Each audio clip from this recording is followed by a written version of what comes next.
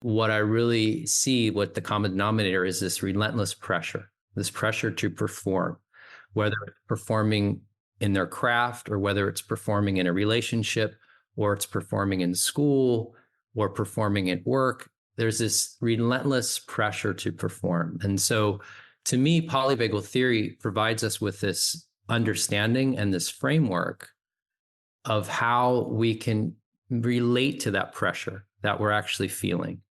And maybe in ways that we can begin to soften the edges around that, or maybe we can release some of that pressure in healthy ways. And maybe we can begin to navigate this world that is full of pressure and challenge and evaluation and competition and uncertainty and change in a way that is more aligned with a physiology that would be grounded in play versus physiology that's amped up, ready to fight, or one that's ready to run away, or that's has no resource left and is hiding.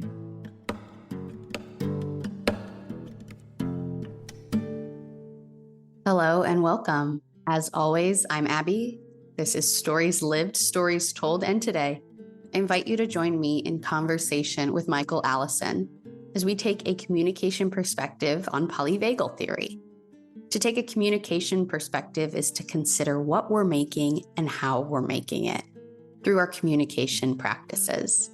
This means we look closely at patterns, context, stories, and relationships, and that we use curiosity, mindfulness, collaboration, and dialogue to create better social worlds.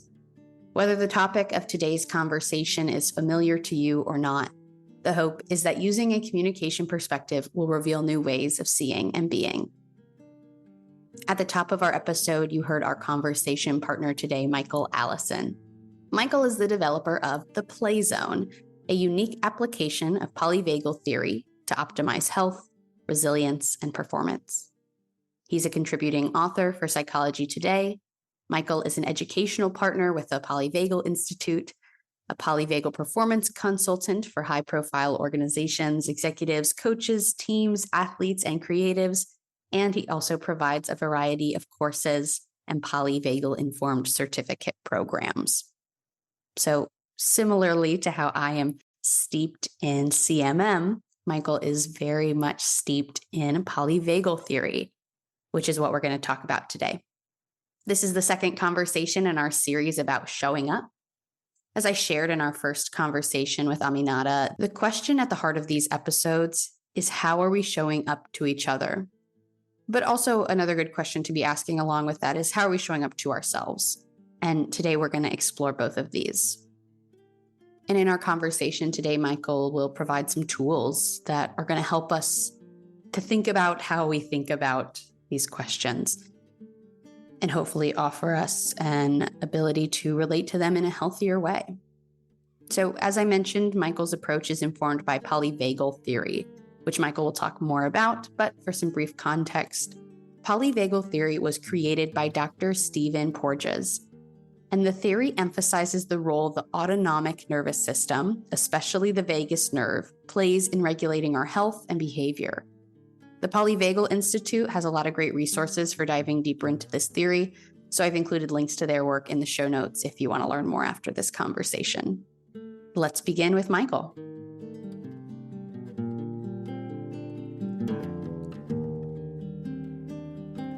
Hi, Michael. Thank you so much for joining me for this conversation today.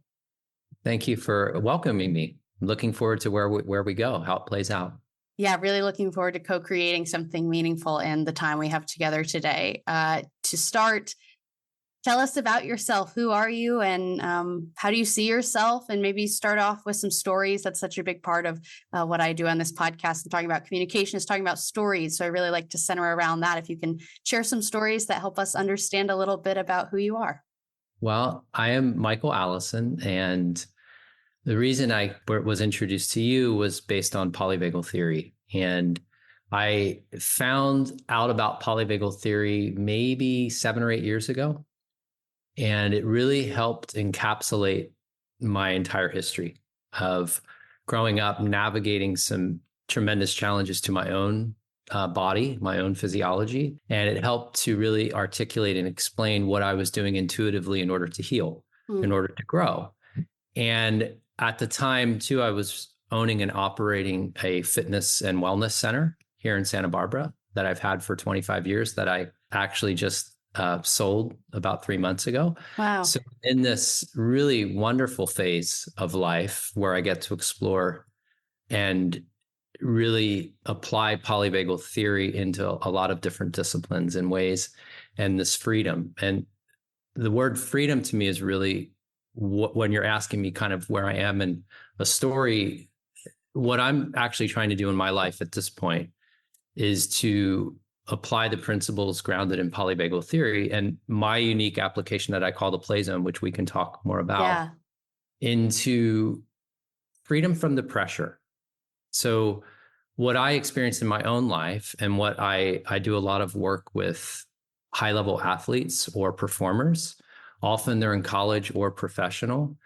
And what I really see, what the common denominator is, this relentless pressure, this pressure to perform, whether it's performing in their craft or whether it's performing in a relationship or it's performing in school or performing at work. There's this relentless pressure to perform. And so to me, polyvagal theory provides us with this understanding and this framework of how we can relate to that pressure that we're actually feeling.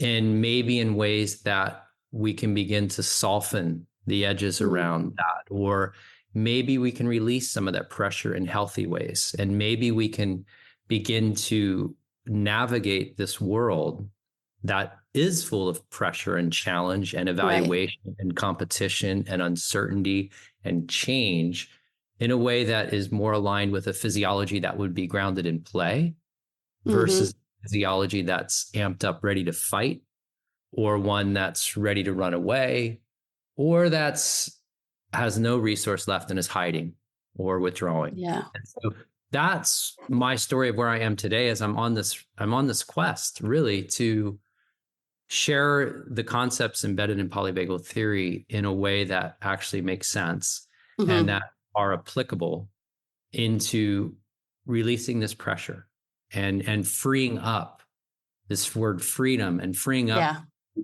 who we really are when we don't feel that pressure to have to be something, but who are we really? So that's where I am at this stage of life. And I think it's a wonderful gift and it's exciting. And it weaves through all different ages and disciplines and all types of performers. Yeah. Well, initially, wow, first of all, that's such a great start. And I already see so many similarities between the theory that you use, polyvagal theory, and the theory I use of CMM, in that there's this idea of what in the communication world we kind of refer to as like pluralistic truths, or just that multiple stories can coexist at the same time. And another really key part of my theory, not my theory, but the theory I use is this element of choice and personal choice and kind of what story do you want to tell and what meaning do you want to make? And I hear that immediately in what you're saying, that yes, this pressure exists and that might not change. You might not be in control of your context or your environment or your circumstances, but what's the meaning that you're making out of? How are you reacting to it? And also what I'm hearing you say is working toward this end goal or towards this hope of, when you're talking about freedom, I talk about this way of being that's maybe more authentic. And that's kind of what the working towards. Exactly. You said a lot in there. So let me unpack it in a way that will help explain what polyvagal theory is sort of all about. Perfect. From the polyvagal perspective, the stories that we tell ourselves or the meaning that we give an experience or the emotion that we have in that interaction or in that situation.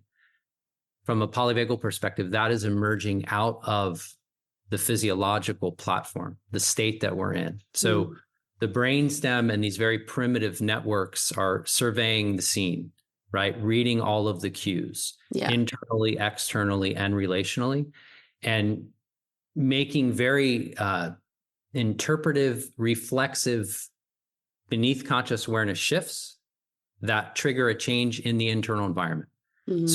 So an example, we haven't met before. and we don't know each other. So it would be very natural in this to, oh, I'm uncertain, and we're trying to read each other's cues, right? And if I showed up and I was distracted and looking away, or I had a really deep, powerful voice and I was really loud, and right, those would send signals to your nervous system, to your brainstem, and that would be interpreted reflexively as, oh, maybe a little uncertain, or maybe that's a warning sign, or whatever it is, that then would change your physiology. It would change your internal environment. And then out of that might emerge a story of, what's wrong with him? Or what did I say? What did I do something wrong? Right. So these stories emerge out of these physiological shifts in relation to the context, in relation to the environment. And that's how emotions play into it too. So we have these shifts in our physiology, and that information percolates up into higher levels of the brain. And then on the context and the interaction and the situation, we now have an emotion and a meaning that we've given to this cluster of bodily feelings. And that can now feed back into even a more intense bodily response.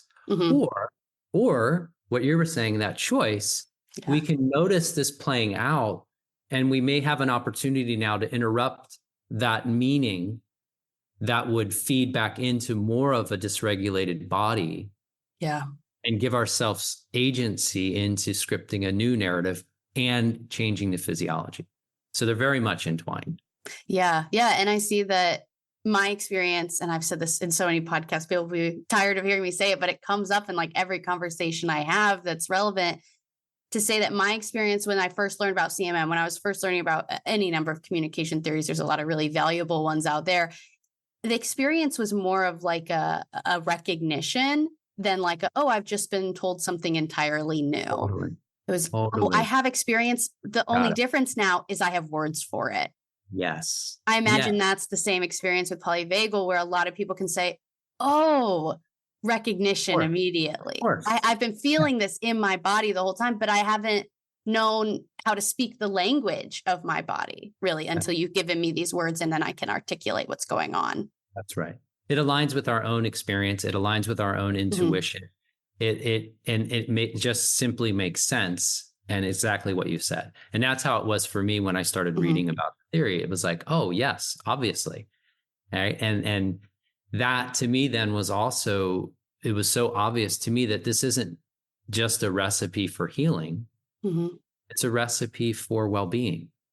Yeah. Right. And it's a recipe for, in the world of performance, optimizing your performance, whether it's on the stage, at the workplace, whatever it is, because in order for us to actually, the way I'm articulating polyvagal theory or applying it, is that the intervening variable between my potential and my performance is not how hard I try.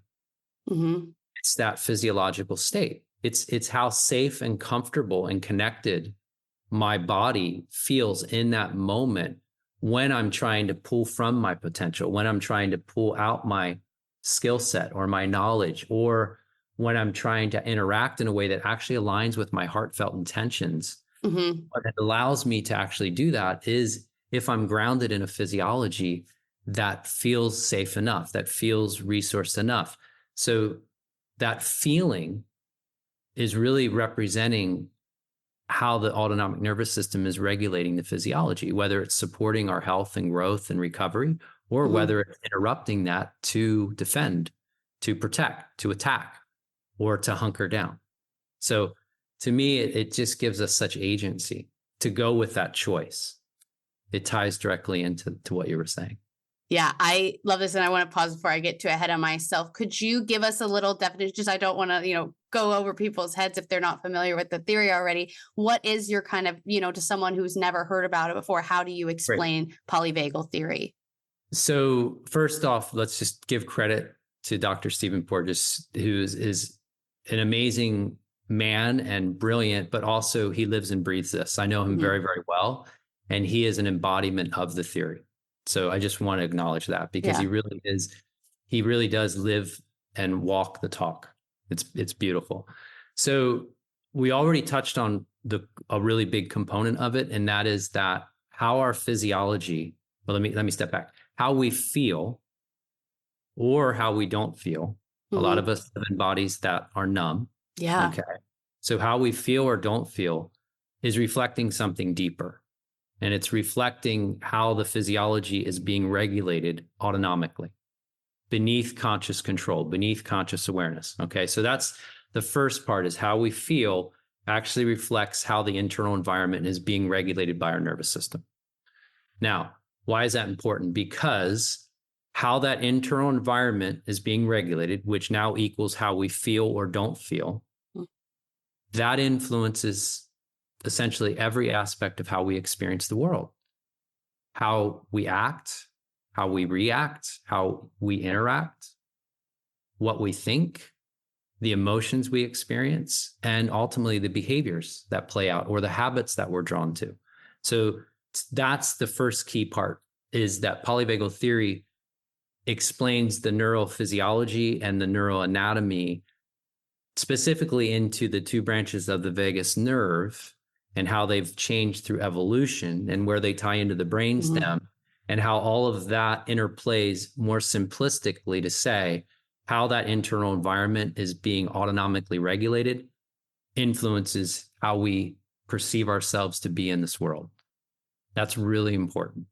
So to me, that gives us an opportunity not only for choice, like we've talked about, it also softens the edges around guilt and blame and shame, self-criticism, or even criticism of other and judgment of other and evaluation when someone's behaviors aren't matching what we would hope their intentions are, right? So we can look beneath behaviors and look beneath our own and what others are doing and see deeper into, are they in a physiological state that has enough resource and is actually being regulated?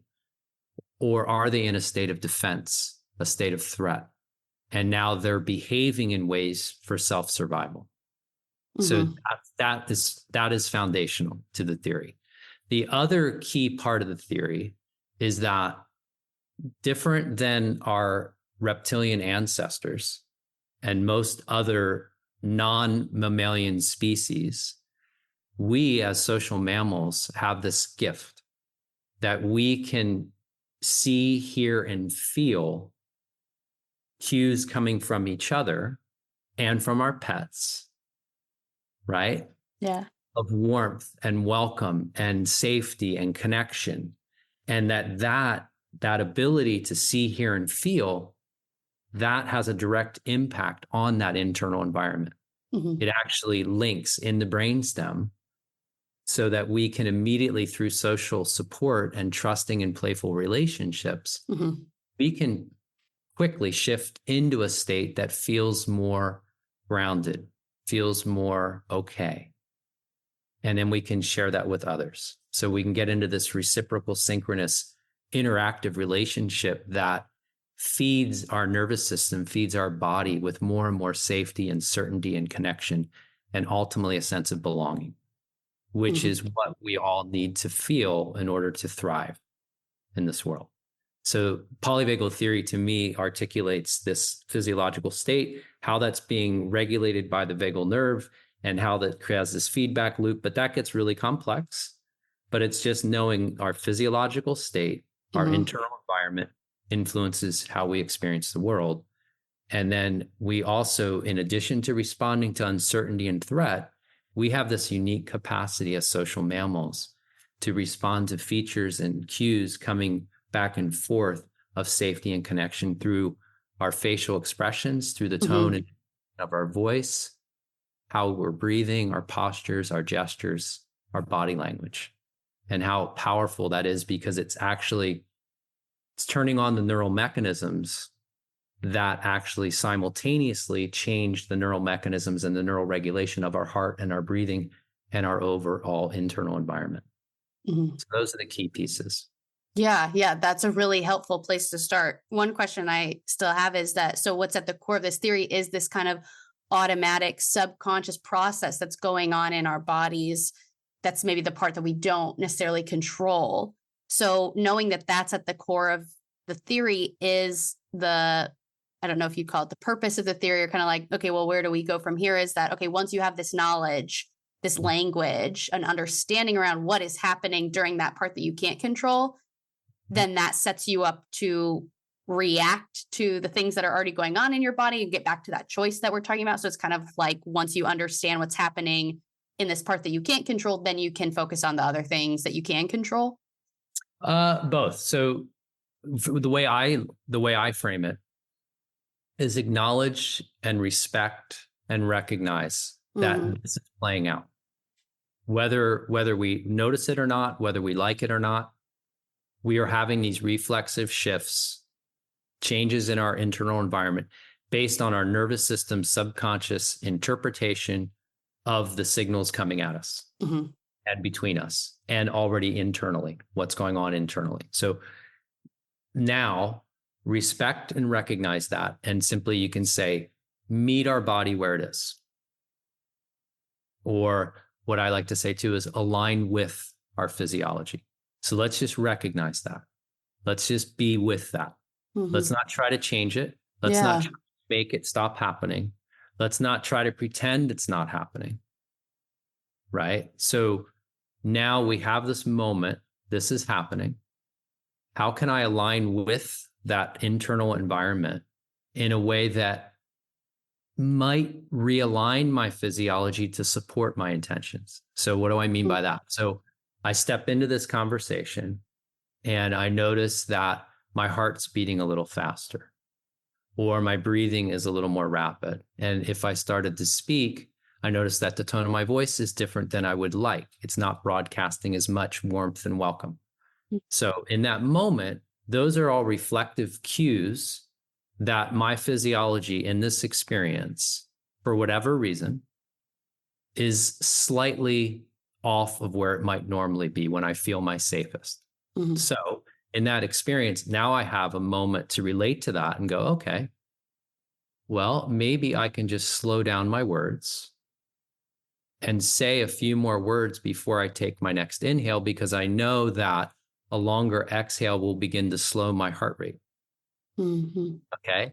Yeah. Or maybe I really look at your smile like you just did, and I really pay attention to that, and I allow my nervous system to absorb that cue of connection. Right. Or maybe I just feel my feet on the ground, or I feel myself sitting, and I help myself orient to what also is true, is that I actually am totally safe. Right. So that to me is what Polyvagal gives us. It gives us that moment, not only of choice of a new story, but actually a way of relating to what is playing out, whether we pay attention to it or not, in ways that might help us better align our physiology to our goal in that moment, or to our values.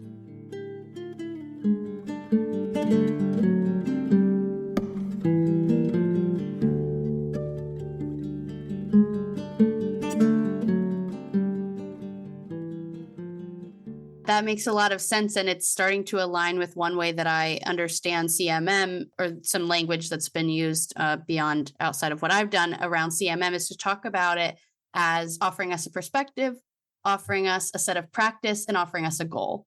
And I'm starting to see some of that in maybe how you use polyvagal specifically, in that I know you talked about using the language of being like polyvagal informed. And I'm curious to hear what that means. Or you even reference, a polyvagal perspective. I talk about using a communication perspective. And to me, I could go on and on about what that means, about the centering of the stories and the meaning and just all of this.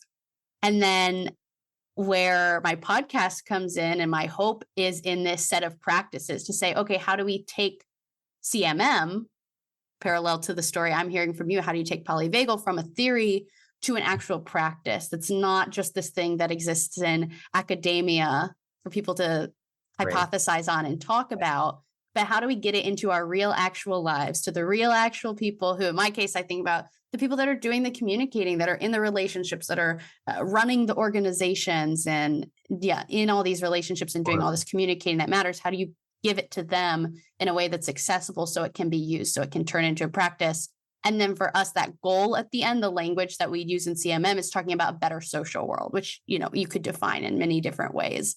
But if you can come up with a definition for a better social world and have something to work towards, then you can kind of step back and say, okay, how do I get there? So I'm curious what you would maybe put into words about the practice. Yeah. Better social world, from my perspective, is that we move into relationships in a state that we are accessible, that we are actually feel safe enough to now exchange cues back and forth of connection and appreciation and understanding and authenticity. You said that word before too, and that's a beautiful word. Authenticity to me is when our intentions are actually aligned with our physiology. So we could be authentically angry. That's authentic if, we're expressing, but we can also be authentically loving and authentically kind. But that requires that our physiology in that moment, when we're expressing words of kindness or gratitude, that we actually are in that physiology that supports that. That to me is authentic. Yeah. Whereas when someone is saying all the right things, but we don't have a visceral feeling of connection, that's telling me that they weren't matched, right? And that's what makes a great actor. A great actor is actually in the physiological state of the character. And we can feel it and we know it because we also get into that state. We move into that. And that's when they're, quote, not a great acting experience. It's that they weren't dropped fully into that physiological state from which their role was being cast. Yeah. Right. So that's that part. So to me, this enhancing this social container, I call it a container of safety and connection. Yeah. This container of safety and connection requires each of us to come into meeting our own bodies and then respecting the other bodies, the other nervous systems in the room, without judgment, without evaluation, and doing what we can to exchange as much warmth and welcome to every body in that container. Right. So that's one part of what you asked. Yeah. And what are the real practical parts to all of this? Well, you can have daily practices of like breath work. You can have, and that's great, where you deliberately modify your cadence or the length of your inhale in regards to your exhale to deliberately move heart rate patterns and change breathing, which will change your physiological state. You can do different types of voice work and inflections. You can sing, you can hum, you can do all of these different daily practices, which what they're doing, the way I see it, is we're actually trying to create a sense of agency where you have some control of your physiology. So you know a way of relating to it when it shifts. We're also building physiological resilience. We're building this internal capability for the physiology to trust and to know that it can move through different states and not get locked into any one state. So that's what practices are for. But you can also just do this in everyday life, right? Like you can simply check in with yourself and meet your body where it is. How am I breathing right now? Can you feel your heart rate? Like I can feel my heart rate. Not everyone can, but can I check in and feel my heart rate? Oh, what's it like? I can feel muscle tension. Or if we're talking, I can just become aware of what is the tone of my voice? What is the speed of my voice? How tight is my jaw? Or what is the tension around my eyes? Because all of those nerves that regulate the muscles in our face, neck, and head, they tie into the brainstem and are interconnected to that vagal regulation of our physiology. So the third part, which we already sort of talked about, is how social cues can become cues of safety and connection, which change our physiology. The reason that's occurring is because of this interconnection between the nerves that regulate our voice, our ability to listen, the middle ear muscles to extract human voice from background sound, and our facial expressions, particularly around the eyes. Those nerves that enable us to change all of those features in order to communicate, connect to the vagal regulation of the heart, the lungs, and the overall physiology. So there's this face-heart connection. And that's a beautiful piece. So yeah, I'll give you a story that will also tie in to kind of this. So, and this just happened yesterday. So my wife and I are sitting on the sofa. We've been married for 25 years. Okay. And we both just have been reading this book, Quiet, by Susan Cain. It's about 10 years old. I don't know if you've read that book, but it's a beautiful book.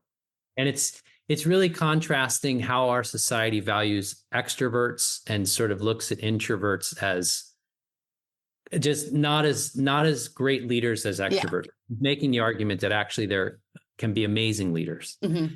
That there's a lot of variables in what's going on with an introvert next. So we were having this conversation and we were reflecting back to early on in our marriage. And my wife would always drag me to parties. And she always wanted to go to all these parties. And I'm like, do you remember what I would do? And she's like, yeah, you'd be locked on my side the whole time. You'd be like right next to me the whole time. And I'm like, yeah. And what would you do? She'd be like, I'd get annoyed and I'd be like, leave me alone. And then she'd go off and do right. And she'd be over socialized. And then I'd say, well, what would I do next?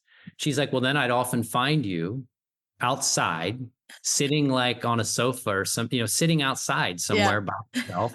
Or maybe you'd be against the wall somewhere having a conversation with one other person, but you were never right. And I'm like, yeah, do you understand? Because now she's been around me enough to understand polyvagal. I'm like, do you understand why? What was happening? Yes. Right. Like, so there's an example of looking back 25 years, coming into that environment where it's a strange environment.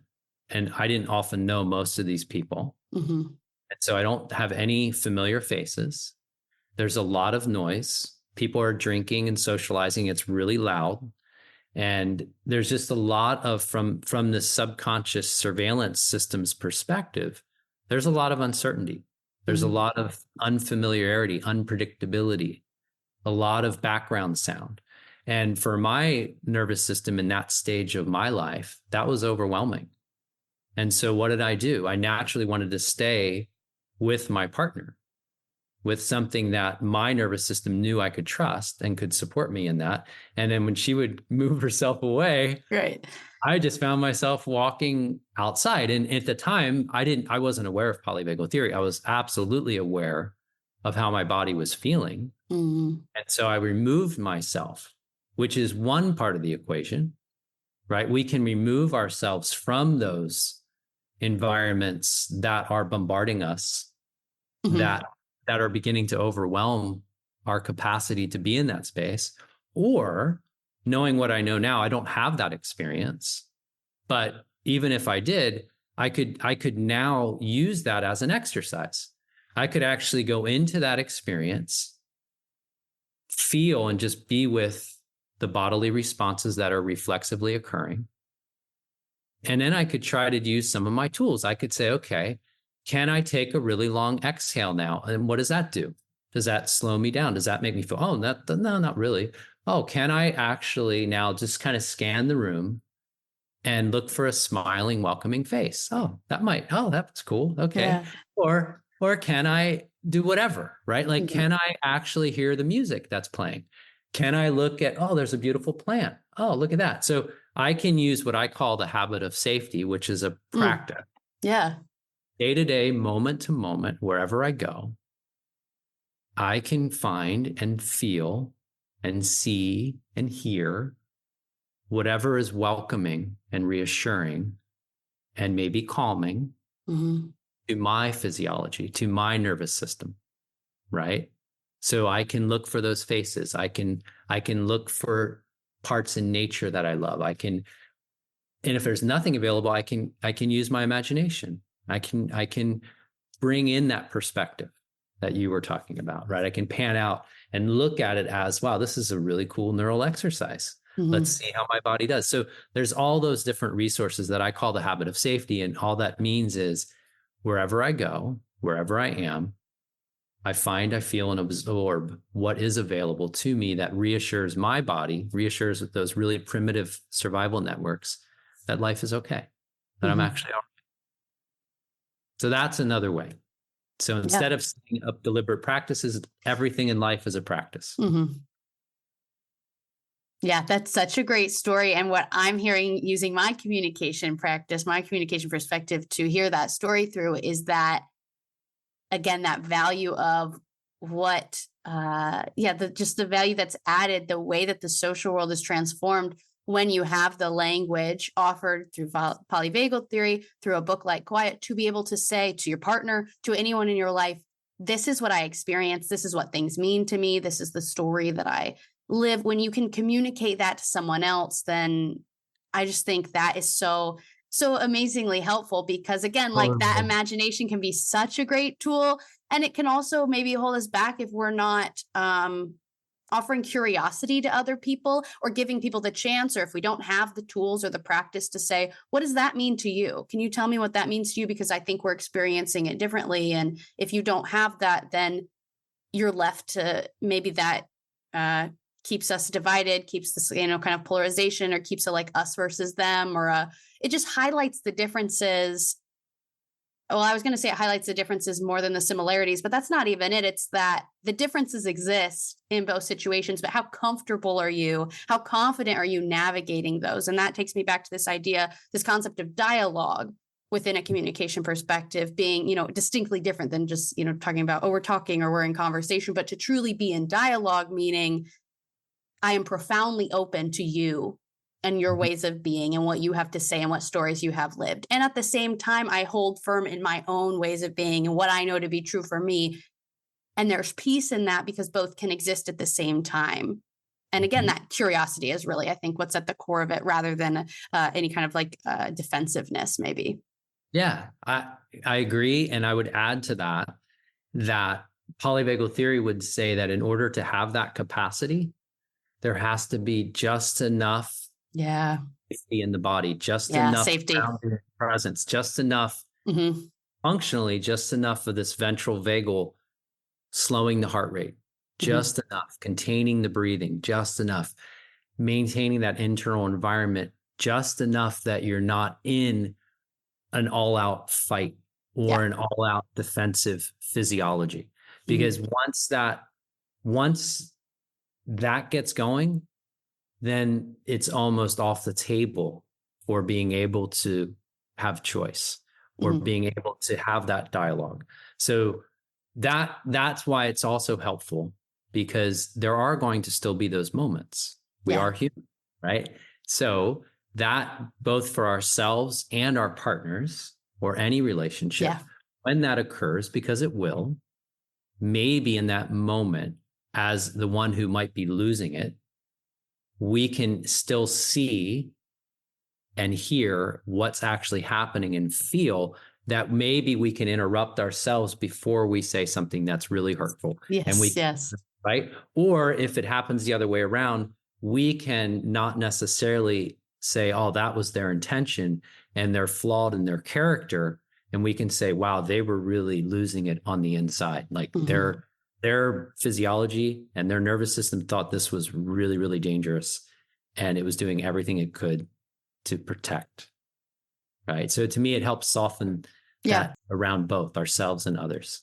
Yeah. The softening is a great way to put like more empathetic way, more compassionate way of being in relationship with people. It's cool because what I initially came into this conversation feeling like I had the good grasp on is that with polyvagal theory, you can understand it in yourself. And again, you mentioned all these practices that you can do for yourself, but then there is this other side of it that you can be aware in the relational space. How am I showing up and what signals am I giving to other people for their own physiological experiences? How am I shaping them? That is what Steve Porges would say is being polyvagal informed. Okay, yeah. You brought up that phrase. When you're polyvagal informed, it means that you recognize in yourself how your own physiological states impact how you act, react, and interact, and you recognize that in others. Right? And so when we're in any relationship, we do our own part of helping align with our physiology in a way that we show up how we would really want to show up.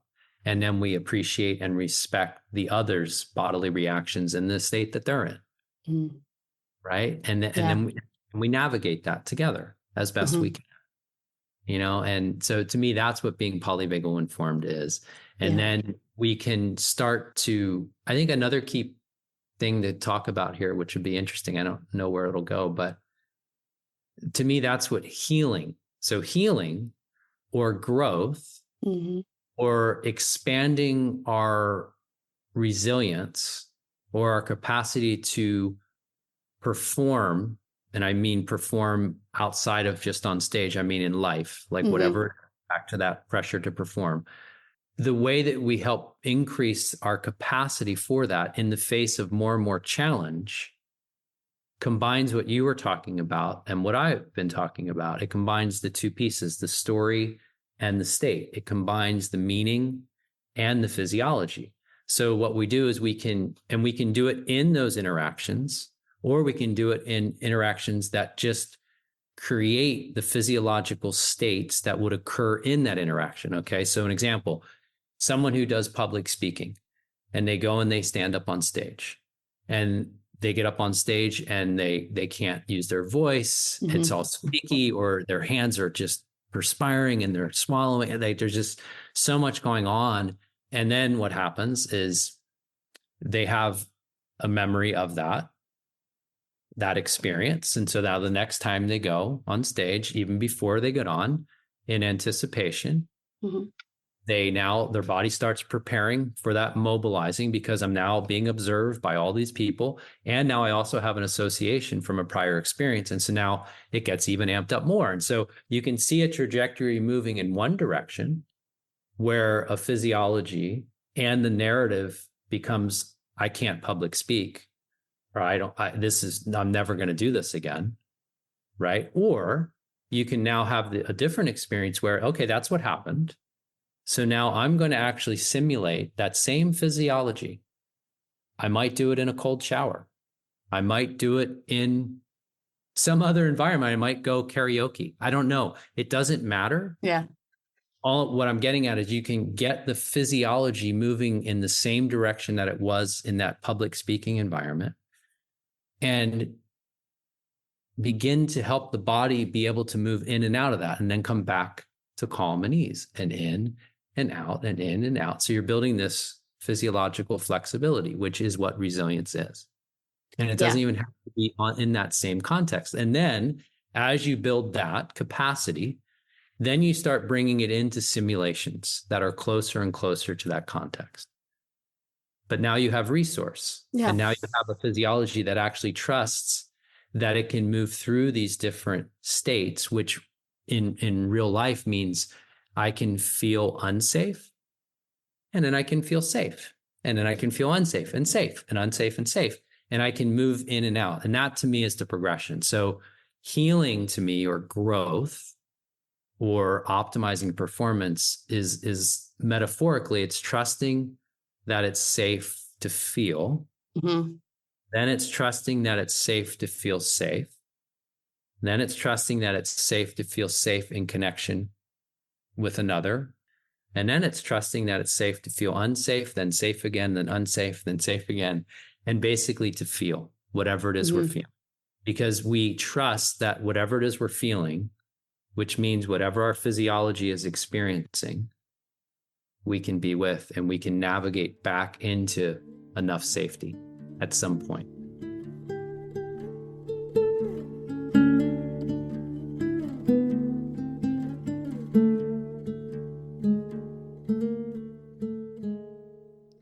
Bringing up public speaking is interesting. And so, I'm excited to build on this, and I want to share a story. And I'm curious what, your kind of polyvagal perspective will be on this story of my own experience. Is that, well, I, first of all, for context, would say that I'm not someone that has always known how to, like, the language I would use at least is to speak the language of my body, or to be really in tune with what was going on with me physiologically, and to listen to my body, take that as any kind of sign or direction. I think I had like a very much a value around like intellect. And I like that I know what feelings I was feeling or what I was thinking, and I could articulate that well. And that meant a lot to me to be able to do that. I couldn't necessarily articulate how I was feeling physically.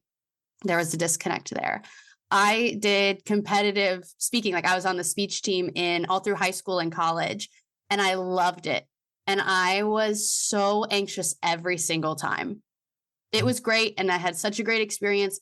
My physical experience, every single time I would get up to give a speech, just like wrecked insides. And now that I'm not doing that anymore, I look back and it's amazing to me how much I put my body through for 7 years doing this activity. Again, complicated because, again, it was very meaningful for me and an enjoyable experience.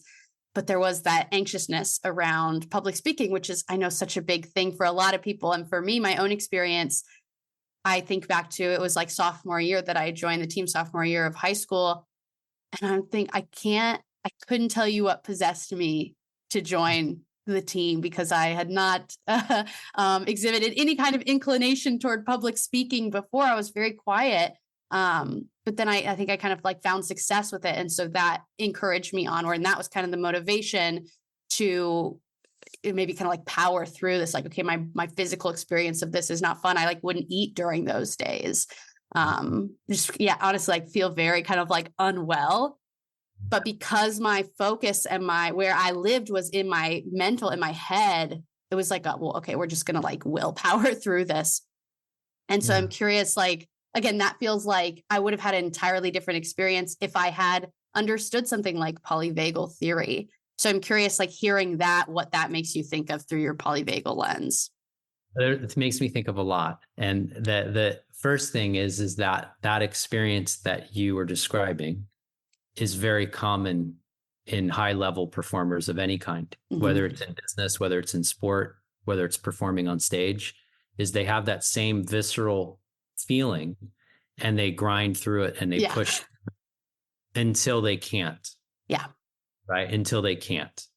I've been studying this swimmer recently, and that he's world class. And that was his exact experience. He would go and he was winning all of these gold medals, the Tokyo Olympics, all of these different things. And then he's in the world championships and he's winning. He won 2 golds and now he's into his main event, and he scratches and leaves and disappears from the sport of swimming for a year because he finally crested that point where his body said, no more, no mas. I can't, because he was doing what you were just describing. So I think you're describing a very common pathway, which is where we started.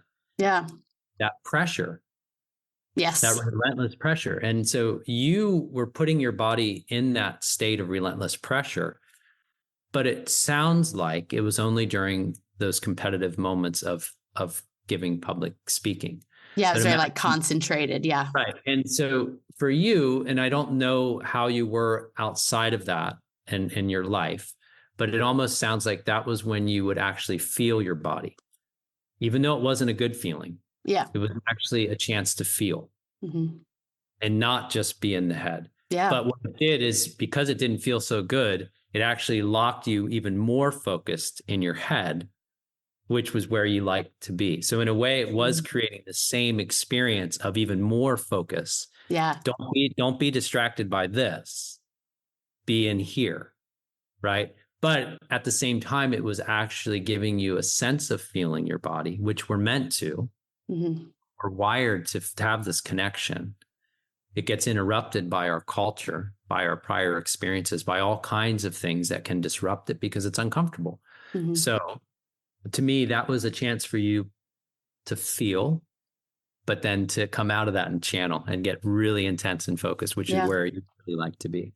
And it was maybe a chance to feel alive afterwards, right? Or you really felt alive and you felt like you overcame something, and there's reward in that. So now you have dopamine being released and you have all of that chemically going on as well as the neural part. Yeah. So that part makes sense. But I think really what you're sharing is a really good thing to sort of talk about, because it's what I see all the time with the people I work with and try to help, right? Is that they have been doing what you're talking about. Whatever it is, they're like a baseball pitcher that I work with, world class, got to a place and the mound used to be his safe spot. Right? This swimmer that I was talking about, the swimming pool, when he was a kid, that was his safe spot. But little by little over time, that actually became not safe because he had this level of expectation, this level of evaluation, this competition to even keep my spot on the mound or in the pool, right? And everybody watching, everybody looking at every little thing I do. And from the nervous system's perspective, that's not safe. That's not a welcoming environment. Yeah. All right. So little by little, both of their physiologies were becoming more and more unsafe in their quote safe place. And they did what you were doing. They just locked in. They just kept getting more focused and working harder and doing more things that would quote help them perform, tweaking mechanics, preparing more, training harder, getting faster, stronger. And none of that is actually meeting the body where it is. Yeah. So eventually, poof, the body says, I'm done. Like the body will keep speaking louder and louder. Yeah. And you'll either get a big injury, you'll get really, really sick, you'll burn out. It will eventually get to the point where now the narrative will make sense of a body that is actually moving into a shutdown response. Which is another piece of polyvagal theory that we didn't talk about, is that there is a predictable pattern to the pressure. So at first, we will mobilize when things are unsafe, or when we interpret reflexively that the environment is unsafe. We will begin to mobilize resources, and that is that sympathetic fight or flight response that we hear a lot about, right? But if that challenge is relentless, or that challenge is overwhelming in the moment, or we exhaust all of our resources to stay mobilized, the body will shut down in one form or another, meaning it'll withdraw, we will dissociate, we won't feel anymore, right? Or it'll be a full collapse. And that's what we see play out too. And we can see that play out, which is why I developed the play zone. Yeah. We can see that play out in a matter of minutes, or we can see that play out over a season or over a career or a lifetime of different athletes. It's very evident. And I did a lot of studying of tennis, because tennis is they're right there, one against the other, competition. Everybody's watching, evaluation. And you will change the conditions, the weather, the balls, everything is changing. They are metaphorically the culture that we live in. And when we watch them, we can see these behaviors, which we think are intentional. Yeah. And we look at it through this lens, and we see it just playing out of these physiological states that are losing more and more safety and connection until they're giving up and getting off the court, or they're smashing rackets, or so we can just watch it play out. Yeah. Yeah. That is helpful to hear you say all that, and so interesting to me, because like my examples niche, you're talking about, pro athletes. Maybe people are like, well, that's not me, but I think it is so normalized in our culture. That's what I can speak to. I'm sure many other places around the world too.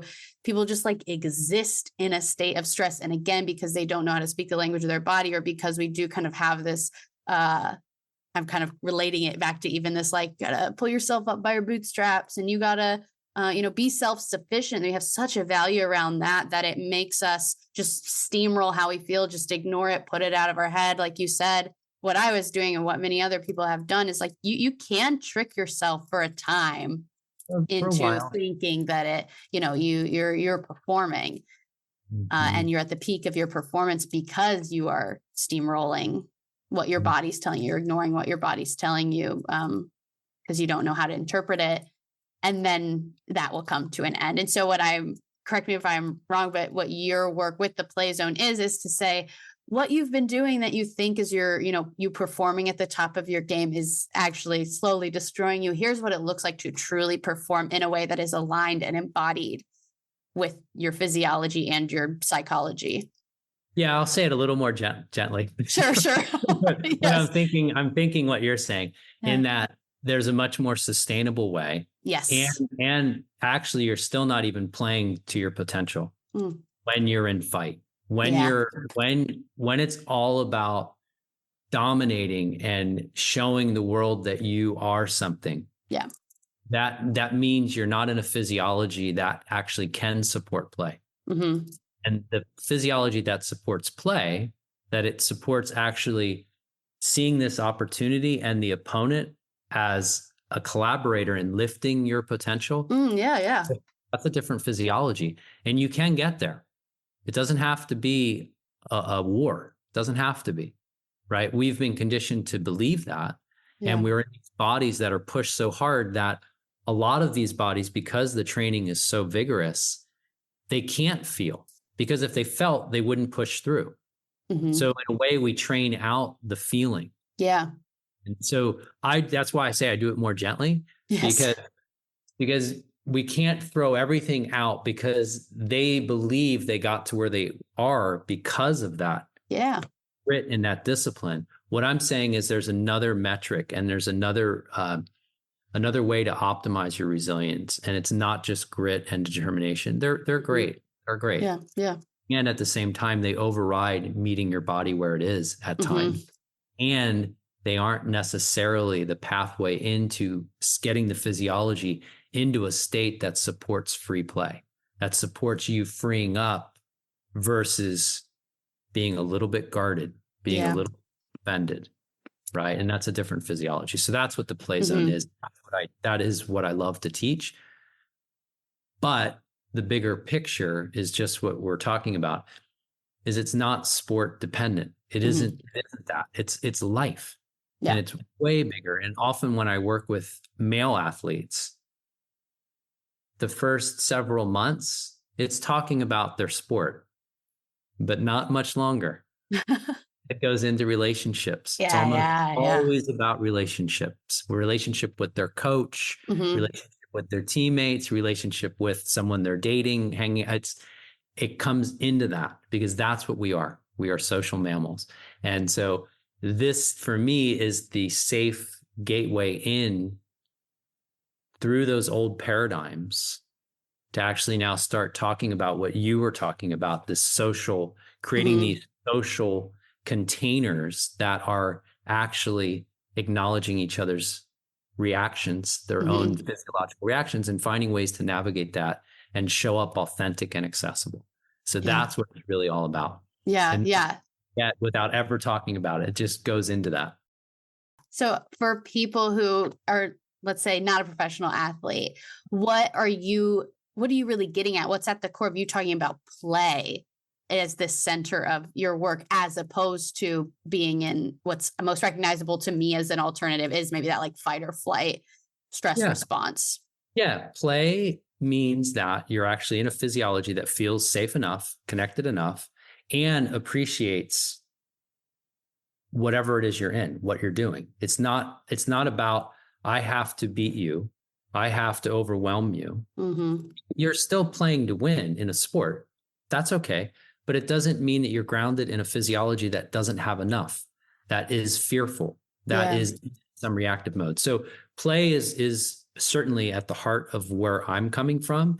And we can turn competition into play, into technically co-regulation, where we're actually lifting each other. We can turn competition into collaboration, right? In the workplace, same kind of thing. But again, what's underneath that is two physiological states actually coming into enough connection and safety that now from that can emerge creativity and collaboration and play.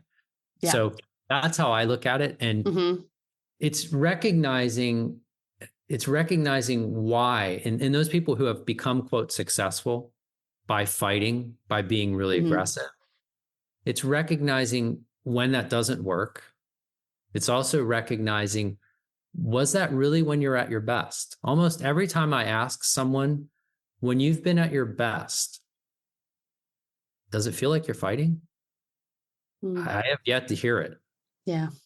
I have yet to hear someone say, yeah, I was totally just, I have yet to hear it. What I hear is, no, I was actually enjoying it and I was relaxed. Yeah. And it was like, I was like doing stuff I didn't even know I could do. And I was just, well, that's a different state. That isn't a state that's grounded in fear. That's actually a state that's freeing up. And we can help try to explore that. So that to me is your optimal state. And let's see if we can find that. And then let's expand that out. So where now you're moving through the world because it's really a physiological state.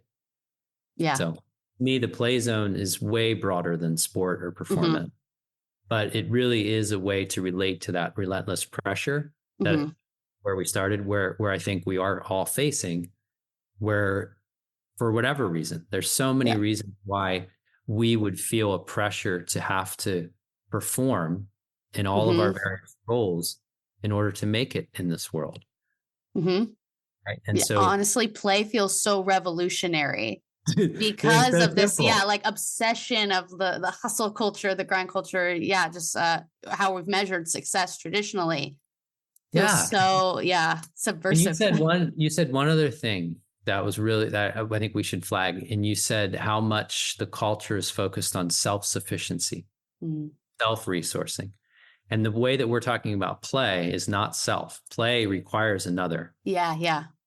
And that's what we're really metaphorically, why I like to work with teams is what we all want in life is to feel like we are part of a team. Yeah. That is in our biology. And that being part of a team means that if I need a break and I need to sit on the bench, I know that you can play for me, right? I know that if I come up short, I can come over, sit on the bench, and you put your arm around me, and I know we're all okay. Yeah. Right? Like that's what we want in our biology is to be a part of a team. And then teams can play, and you can play amongst each other. I was just right before you and I got on, I was just consulting with a Division I girls volleyball program. And I was just over at the university. And that was, we were playing games. We were playing with VR devices and doing all these simulations and things of how their bodies respond to, like one was being on a plank on an elevator. So you're 60 stories up.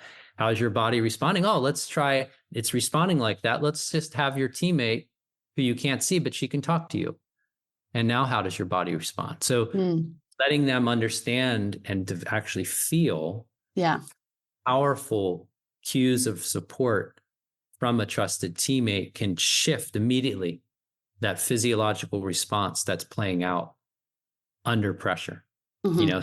This was on a plank, 60 stories up, but it's the same thing on the court. Yeah. You walk out onto the court, physiology is having that response. You can look at your teammate and you guys can reassure each other and you can actually feel how the body can shift. And that's what's playing out in everyday life, right? And that's why it isn't about self-sufficiency. Yeah. It's about actually finding trusted others. And then over time, for some of us, the trusted other that we once had was where we were hurt. So we're no longer in bodies that actually trust that it's safe to trust. So we have to slowly get there. Yeah. And build that trust. But that is our ultimate gift that Polyvagal Theory articulates, is that we're meant to feel safe, but we're really meant to feel safe with others. Right. And that's the quest, is this enduring to feel safe and to feel safe with others. That's, taking me back to us talking earlier about, this kind of second part of like, yes, once you have this language for yourself and you can do these practices for yourself, but then this follow-up of how are you showing up in your relationships. And something I talk about is, we talk about the stories that we tell and the way that they shape us, but also the stories that have not been told, the stories we haven't heard, that shapes us too, not to hear them. And the fix is not as simple as, well, those people with those stories should just speak up.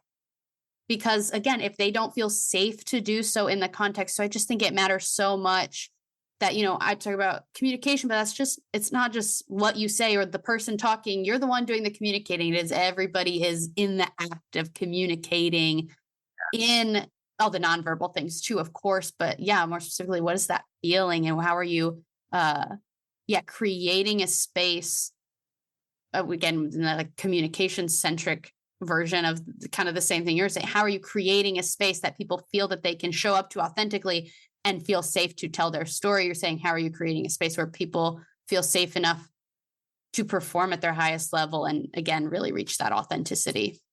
Love that you're sharing that, because that to me, that is where we are in the world right now, is how do we actually help each other feel safe enough to express their authentic voice. Mm-hmm.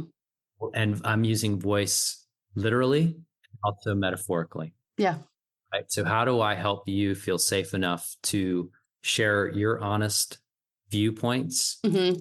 express your voice? How do I help my daughters? How do I help them? Right. To actually tap into who they really are and to feel confident and safe enough to share that with the Mm-hmm. world. That is what this is all about. Yeah. A real core of CMM is this idea that we shape our social world, and in turn, our social world shape us. And so there's a real focus on seeing yourself. I mean, in the theory world, it'd be considered a social constructionist theory. But what that just means is that you're a participant, and you, again, it gets back to those choices and the way that you act and the way that you make meaning in the stories you tell, that you are actively participating. And again, to me, that gets back to this idea, like, that's so empowering to me and exciting. And I understand it's overwhelming to maybe to some people be like, oh my God, where do I even start?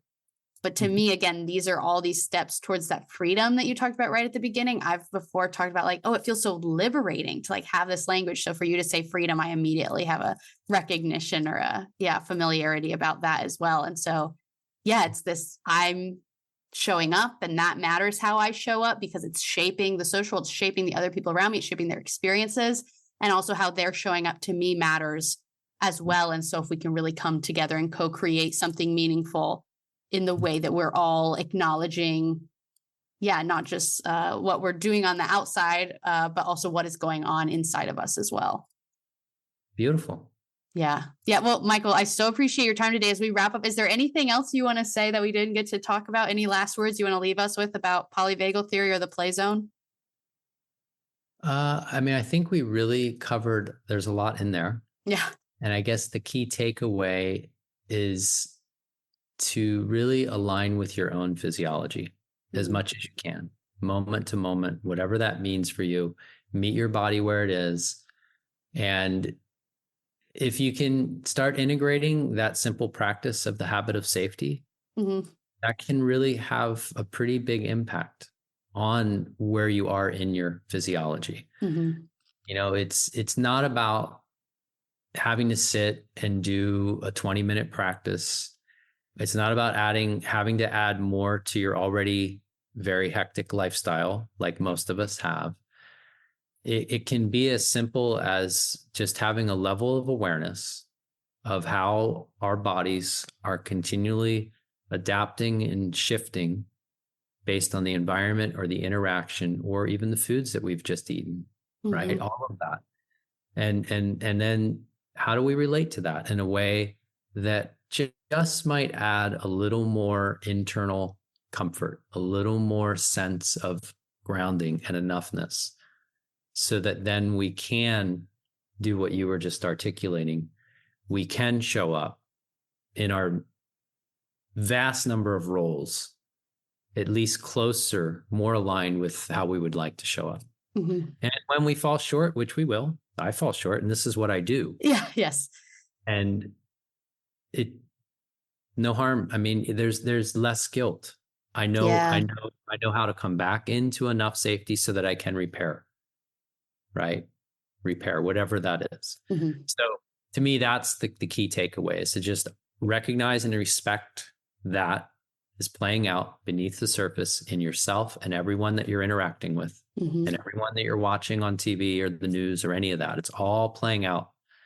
And by having this perspective, there's a chance, an opportunity to not just get swept away by these reflexive bodily reactions, but to have a chance to maybe interrupt the story that is feeding into more of a threat-oriented response in this world, and maybe realign the physiology to support compassion, to support kindness, benevolence, caring, trust, all of those things that actually would be considered from polyvagal theory's perspective as our default state. Our default state is not to be in threat. It's our default state is to be in homeostasis, which is, from homeostasis can emerge this feeling of safety, which can then allow connection and trust and benevolence and kindness and love and patience and all of those wonderful human attributes that would be coming from our default state. Yeah, I'm so glad you bring that up. That is actually the default, because a lot of times it can feel like the stress is the default, the pressure is the default. Yeah. No, great. Yeah, well, beautiful. Well said. Thank you so much, Michael. I'm so glad to have had the chance to meet you and speak with you. Yeah, likewise. Thank you.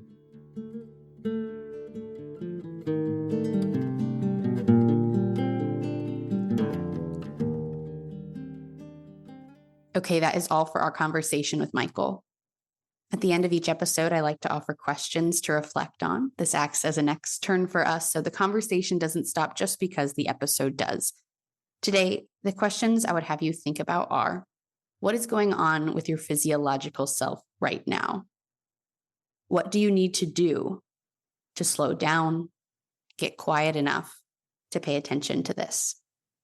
And how might your interactions and relationships change if you show up using what you learned about polyvagal theory today? Like CMM, I think polyvagal theory has a lot of really practical applications that can help us make better social worlds, because it's helping us to relate better to our bodies and to the bodies of the people around us, to our own experiences and the experiences of the people around us. And kind of like we talked about last week with Aminata, holding space for these things. So I'm already excited about how these conversations are working together to create something larger. You're welcome to reach out to me to share your reflections, as well as any questions or ideas of your own. I love to be in conversation with you, and you can do that through email, the website, or by commenting on Instagram and YouTube. And links to all of those places are in the show notes. The reason I invite you to share your reflections with me is to stay in dialogue. And another great way to do that is to follow the show wherever you listen, so you never miss an episode. Also, I'd appreciate it if you leave a rating or a review wherever you listen. And most importantly to me, I ask that you share this episode. So maybe add that to the 2 questions I just offered as something to reflect on. Who might this episode be meaningful for in your life? Who do you want to invite into the conversation? I am supported by the CMM Institute for Personal and Social Evolution. This podcast is just one of many initiatives designed to create space for more conversations that move us toward those better social worlds. Other initiatives include the Cosmo Activities line, which are educational resources for children of all ages to help children start to think about the role in their social worlds, communication, empathy, and a lot of other great skills that aren't always taught in the classroom. Those activities are available for free at www.cosmoactivities.com. So whether you're an educator, a parent, grandparent, or caregiver in any way, I invite you to go check those out. You can learn more about the CMM Institute, Cosmo Activities, and all the other initiatives at the links that I've provided in the show notes as well. Thank you for showing up. Thank you for being curious. And thank you for being a part of this story. I'm Abbie, and this has been Stories Lived, Stories Told.